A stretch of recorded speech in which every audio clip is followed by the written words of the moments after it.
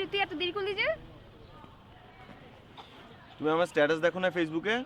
কিসের স্ট্যাটাস? দেখেন। ও এটা তো আমি দেখছি, আমি তো কমেন্টও দিছি, তুই দেখিস নাই? কমেন্ট দিছিস? কই দেখি। হ্যাঁ এই যে কমেন্ট দিছি, তুই মরলে খুশি হইতাম, চুবিসা খেতে পারতাম একটা। তুই না একটা খারাপ, এটা কোনো কমেন্ট হইলো? খারাপ আমি? যা বেটা, তোর স্ট্যাটাসে যে কমেন্ট দিছি এটাই অনেক, বুঝছিস? তোর সাত কপালে ভাগ্য। হ্যাঁ। আচ্ছা বাদ দে, আমি একটু রুমানা ম্যাডামের কাছে যাবো, যাবি? রুমানা ম্যাডামের কাছে? কেন, কি দরকার? শোন, কোনো নোট টোট নেওয়ার দরকার হলে কিন্তু আমি এসবে নাই, আগে বলো। তুই কি পাগল? এমন সুন্দরী ম্যাডামের কাছে কেউ নোট নিতে যায়? আমি তো যাবো সেলফি তুলতে। যাবা? সত্যি সেলফি তুলবি? আমিও তুলবো, চল না যাই। চলো। আর প্রাণ আমার তো wait কর।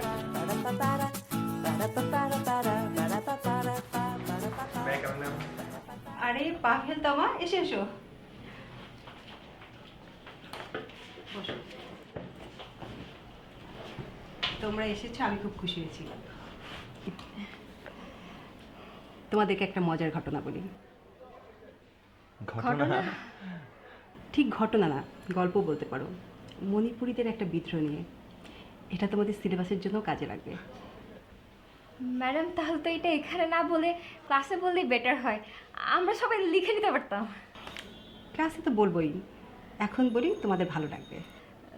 না মানে ম্যাডাম, আমার একটু কাজ ছিল তো, আমি আজ উঠি। তোর কাজ মানে কিসের কাজ? আরে তুই ম্যাডামের লেকচারটা মোবাইলে রেকর্ড করে নিয়ে যাবি, আমি তো ওকে পরে নিয়ে নেবো। আচ্ছা। ঠিক আছে ম্যাডাম, তাহলে আসি আজকে। আচ্ছা যাও।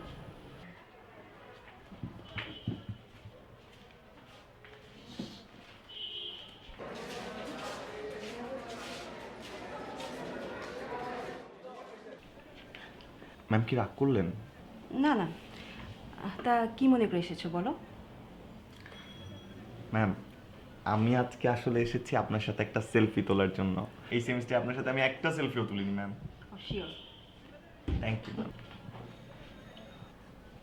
ম্যাডাম একটু উঠবেন?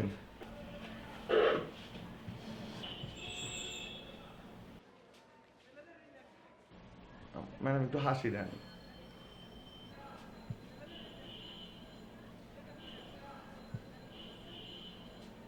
Thank you ma'am.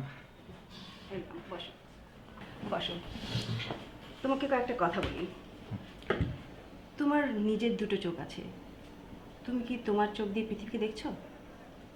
হ্যাঁ, আমি তো আমার চোখ দিয়ে পৃথিবী দেখি। আমার তা মনে হয় না।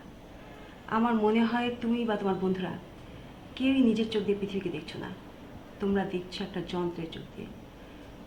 আর তাই তো প্রকৃতির আসল রূপ তোমাদের চোখে পড়ছে না। যন্ত্রের চোখ কি বলছেন আমি আসলে বুঝতে পারছি না ম্যাম। আর একটা কথা, জি শিওর ম্যাম, বলেন। নিজের সাথে চিটিং করো না। নিজের সাথে চিটিং? আমি করি না তো ম্যাম, আমি করি না। নিজেকে সময় দিতে না পারাটাও কিন্তু নিজের সাথে চিটিং করা। আর এই যন্ত্র সভ্যতার যুগে তোমরা নিজেদেরকে সর্বাপেক্ষা কম সময় দাও, সবচেয়ে কম ভালোবাসো। আমার মনে পড়ছে লেখক যাযাবরের উপন্যাস দৃষ্টিপাতের কথা। সেখানে তিনি এক জায়গায় বলেছেন, আধুনিক বিজ্ঞান মানুষকে দিয়েছে বেগ, কেড়ে নিয়েছে আবেগ। কথাটা যে কতখানি বাস্তব তা আজ আমি বুঝতে পারছি। খুব খুব সুন্দর কথা ম্যাম, আপনি বুঝতে পারছেন, কিন্তু আমি বুঝতে পারছি না ম্যাম। কিন্তু আমার মাথা অনেক উপর দিয়ে যাচ্ছে। ম্যাম আজকে আমি আসি। ঠিক আছে, যাও, ভালো থেকো। Thank you ma'am. আসসালামু আলাইকুম।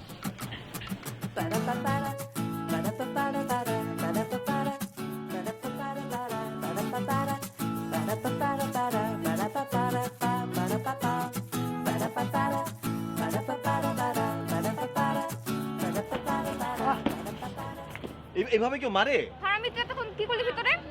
নিশ্চয়ই ম্যাডামের মনে পড়ে গল্প শুনলি। জি না, আমি কোনো গল্প টল্প শুনি নাই, কিন্তু যা শুনছি তাতে আমার মাথা বো বো করে ঘুরতেছে। কি শুনছি জানো? লেকচার, বিশাল লেকচার।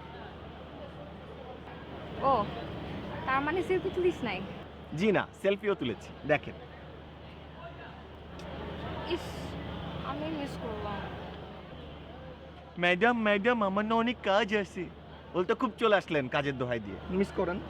তো আমি কি বসে বসে ম্যাডামের আজিরে দাঁত শুনবো? হ্যাঁ মা। তোর বাবা স্ট্রোক করেছে। হ্যালো মা। তোর বাবা স্ট্রোক করেছে। হ্যাঁ তুই এক্ষুনি ন্যাশনাল হসপিটালে চলে আয়। না আমি আসতেছি। আই পাবেন পাবেন শুনে তো যা।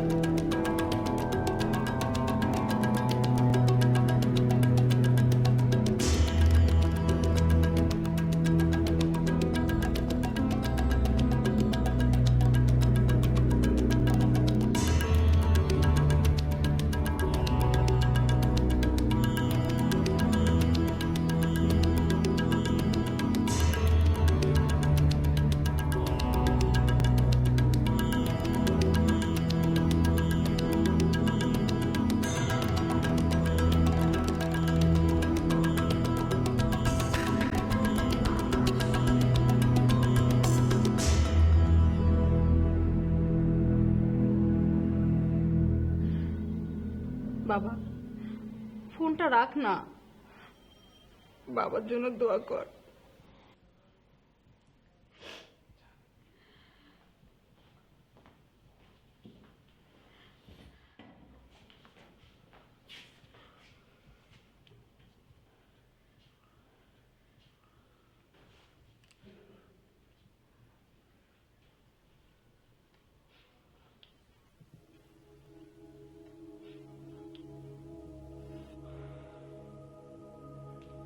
কি হয়েছে?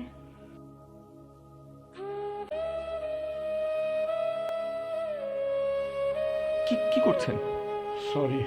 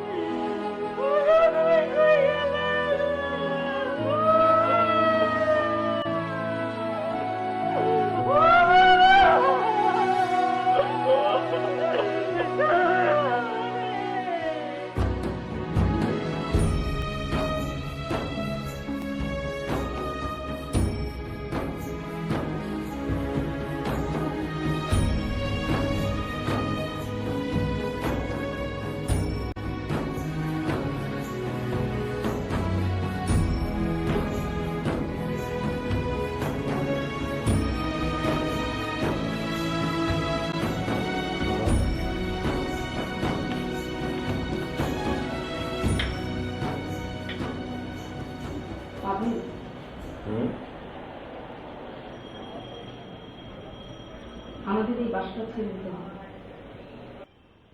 ছেড়ে দিতে হবে কেন? হঠাৎ করে তোর বাবা মারা গেল, আমাদের জন্য তেমন কিছু রেখে যাননি। এই বাসা ভাড়া 20,000 টাকা, সংসার খরচ, তোর লেখাপড়াও শেষ হয়নি। বাসা ছেড়ে দেওয়া ছাড়া কোনো উপায় নেই বাবা। তাহলে এখন মা? আগামী মাসে বাসা ছেড়ে দিচ্ছি। কিন্তু বাসা ছেড়ে দিলে আমরা যাব কোথায়? কোথায় থাকবো? তো নানু বাড়িতে। নানু বাড়িতে? মানে ওই গ্রামে? না। বাবা একটু বুঝতে চেষ্টা কর। মা, ওখানে না আছে ইন্টারনেট, না থাকে ইলেকট্রিসিটি, মোবাইলের নেটওয়ার্কটা পর্যন্ত ঠিক মতো পাওয়া যায় না। না থাকলেও ওখানেই যেতে হবে। তোর বাবা বেঁচে নেই, এতগুলো টাকা জোগাড় করা আমার পক্ষে সম্ভব না। বাবা, তোকেই তো সব কিছু বুঝতে হবে।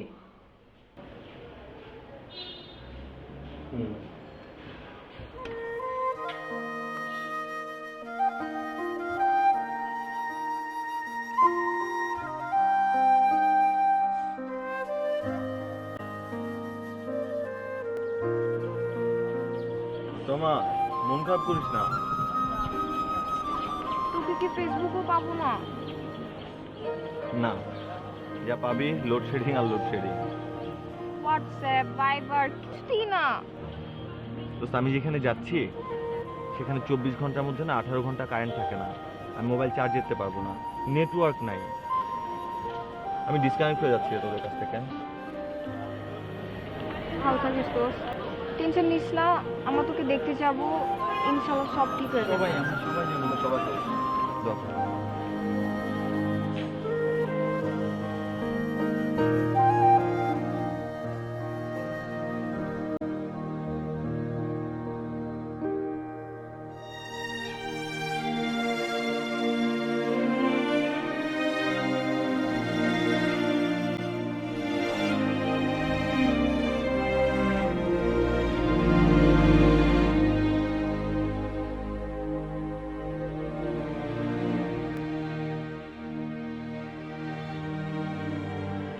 কি রে, তুই এখানে মন খারাপ করে বসে আছিস কেন?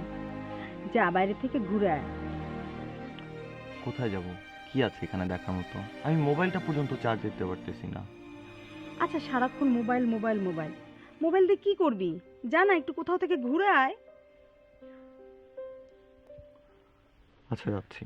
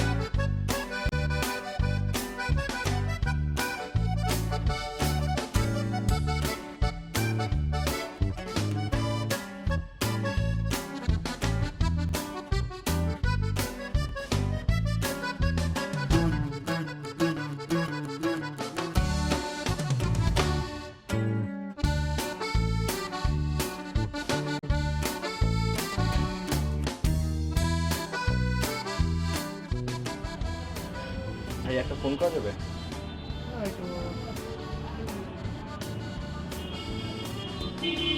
Thank you.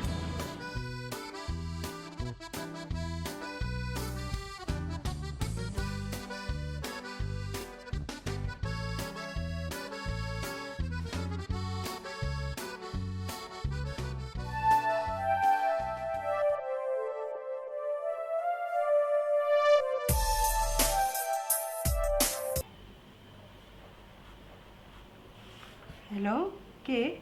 ম্যাডাম আসসালামু আলাইকুম, আমি পাভেল। ও পাভেল, কেমন আছো? তুমি কোথায়? কতদিন ক্লাসে আসো না? ম্যাডাম আমার বাবা মারা যাওয়ার পর আমরা গ্রামে চলে এসেছি। ও আচ্ছা, তো তোমার কেমন চলছে? ভালো ম্যাডাম, সত্যিই ভালো। শুনে ভালো লাগলো। তা এত ভালো থাকার রহস্যটা কি? ম্যাডাম আপনি বলেছিলেন সব কিছু নিজের চোখে দেখতে, রাইট? হুম, তো ম্যাডাম আমি এখন সব কিছু নিজের চোখে দেখি, যন্ত্রের চোখে আর দেখি না। তাই নাকি? তো কি দেখো? আমি আমি গ্রামের অনাবিল সৌন্দর্য দেখি ম্যাডাম।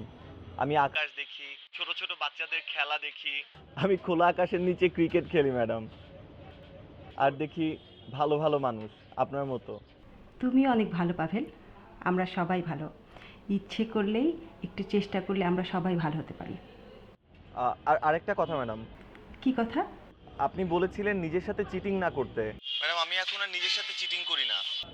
আমি এখন নিজেকে সময় দেই, আমি মাকে সময় দেই। Very good boy. দোয়া করবেন ম্যাডাম। অবশ্যই দেওয়া করব, কিন্তু তুমি চেষ্টা করো কিভাবে ভার্সিটিতে আবার আসা যায়। অন্তত মেসে থেকেও তো পড়াশোনাটা চালানো যায়। হ্যাঁ সে চেষ্টাই করছি ম্যাডাম, দোয়া করবেন। আল্লাহ হাফেজ। ওকে।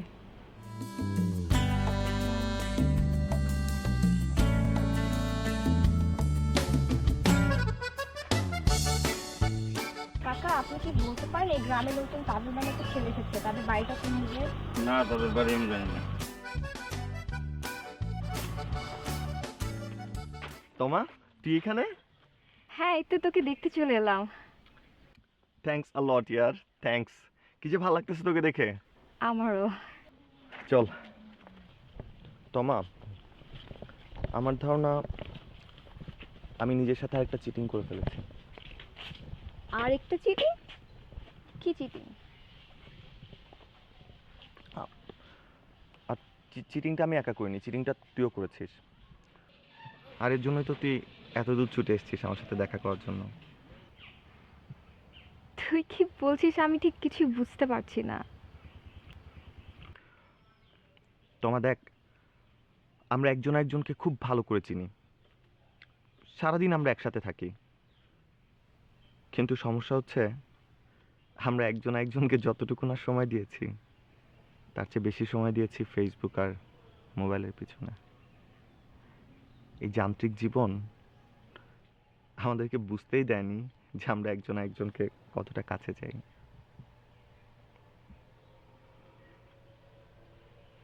আজকে আমি অযান্ত্রিক। তমা,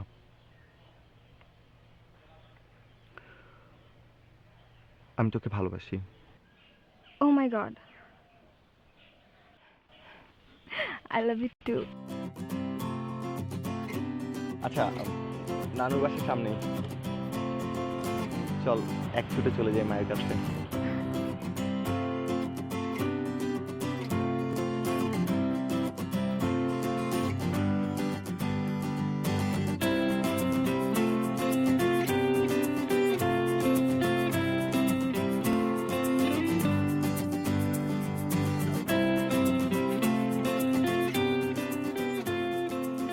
বর্তমান যুগ তথ্য প্রযুক্তির যুগ। তথ্য প্রযুক্তির কল্যাণে পুরো পৃথিবী আজ আমাদের হাতের মুঠোয়। পুরো পৃথিবী হাতের মুঠোয় হলেও এই যান্ত্রিক শহরে মানুষ দিনে দিনে হয়ে যাচ্ছে একা, নিঃসঙ্গ। দুটো কথা বলার বা শোনার মতো কাউকে কাছে পাওয়া দুর্লভ। আমি যেটা বলতে চাই যে যন্ত্রের তো প্রাণ নাই। হ্যাঁ, এখন এই প্রাণহীন যন্ত্রর সাথে মানুষ মিশতে মিশতে একসময় যেটা কি হয় যে এই লোহার সাথে যদি চুম্বক বেশিক্ষণ রাখা হয়, লোহাটা এক সময় চুম্বক হয়ে যায়। ফাইন। তো আপনি যখন যন্ত্রটি কিংবা টেকনোলজির সময় অনেক দীর্ঘ টাইম কাটাবেন, এক সময় আপনি টেকনোলজির উপর ডিপেন্ডেন্ট হয়ে যাবেন এবং তারই মতো আপনার আচরণ, তারই মতো আপনার ফিলিংস, অনুভূতি তৈরি হতে থাকবে। এখন ফেসবুক, ইউটিউব, হোয়াটসঅ্যাপ, ভাইবার কিংবা ইমো আরও যে প্রোডাক্ট আসতেছে, এগুলোকে আসলে অস্বীকার করে যাওয়ার কোনো উপায় নেই। এই 2015 সালে এসে এগুলোকে নিয়েই আমাদের সামনে চলতে হবে। এখন যতটুকু সম্ভব পারা যায়, আমাদের যে নেক্সট জেনারেশন আসতেছে, ক্ষতিকারক প্রভাবগুলো আছে সেগুলোকে যদি ওদেরকে বোঝানো যায় এবং ওইখান থেকে যদি তাদেরকে গাইডলাইন, সঠিক গাইডলাইন দিয়ে দূরে রাখা যায়, সেটা বেটার হয়। আমরা যে যন্ত্র কিংবা টেকনোলজি যাই বলি, প্রযুক্তির কথা বলি, এগুলার ইউজ করতে করতে আমরা নিজেদের জন্য যন্ত্রণা হয়ে যাই। যন্ত্রের সাথে চলতে চলতে নিজের অজান্তে একটা সময় আমরা ধারণ করি অদ্ভুত এক মুখোশ, পরিণত হয়ে অচেনা এক মানুষের, আর একটা সময় ক্লান্ত হয়ে পড়ি। এই যান্ত্রিকতার মুখোশ মুক্ত হলেই মানুষ উপলব্ধি করতে পারবে জীবনের গভীর অর্থ। তাই যন্ত্রের দাসত্ব নয়, যন্ত্রের সুষ্ঠু প্রয়োগই বুদ্ধিমানের কাজ। আমাদের অনুষ্ঠান সম্পর্কে আপনাদের মূল্যবান মতামত জানাতে স্ক্রিনে দেখানো ইমেল অ্যাড্রেসে আপনারা আমাদেরকে ইমেল করতে পারেন। সবাই ভালো থাকবেন এবং অবশ্যই সচেতন থাকবেন।